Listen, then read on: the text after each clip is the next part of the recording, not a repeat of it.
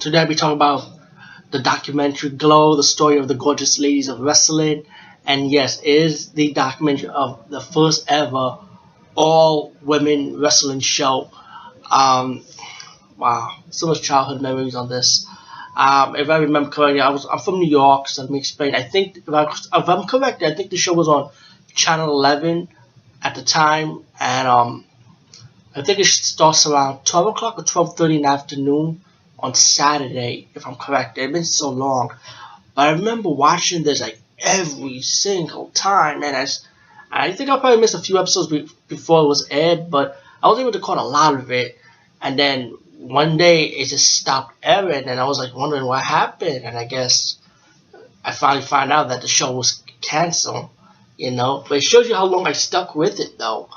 And I never knew the show would last from 1986 through 1990. That's like 5 years, people. I was like, wow.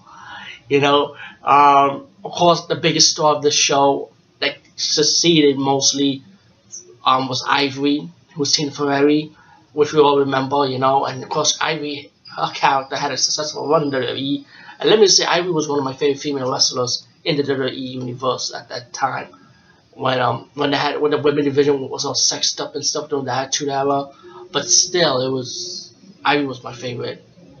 But besides that, this documentary, and let me just say how I saw this. This is actually on Netflix right now for free.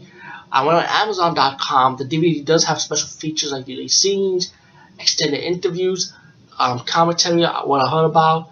So I might pick up the DVD version when it gets cheaper. But meanwhile, let's see for free.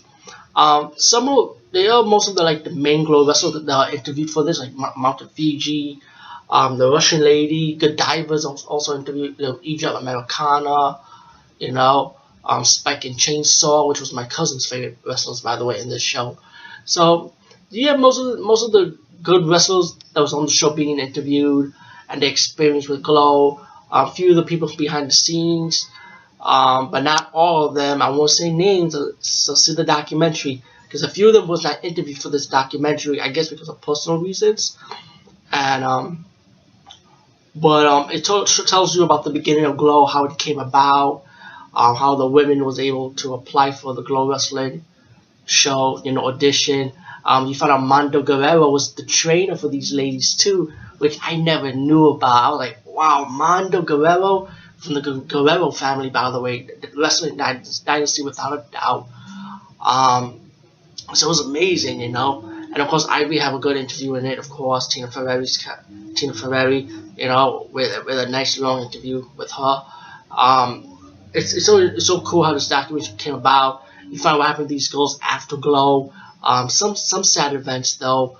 Not every single Glow wrestler have been interviewed. There was a few of my favorites that were not on this documentary.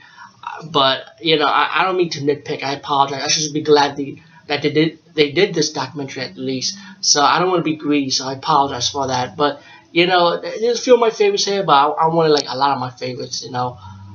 But I take it for what it is. I like it. It was a good documentary, and it also had like the documentary kind of extended a little longer when you found out that Little Egypt wanted to do like the first ever Glow reunion, so they kind of extended it longer by having all the Glow wrestlers that could show up for this reunion, appear at this reunion, including Mountain Fiji. I keep saying Fuji for some reason, but it's Fiji. I hope I got it right. She appeared as the final guest in the first ever Glow reunion, and you see all the girls getting excited when she comes in. It was kind of cool. And this is an excellent documentary, guys. Just go check it out. It's on Netflix for free. Definitely pick up the DVD version once I get some money rolling in. But that will be another re-review probably for another time. But anyway, peace, guys. See you later.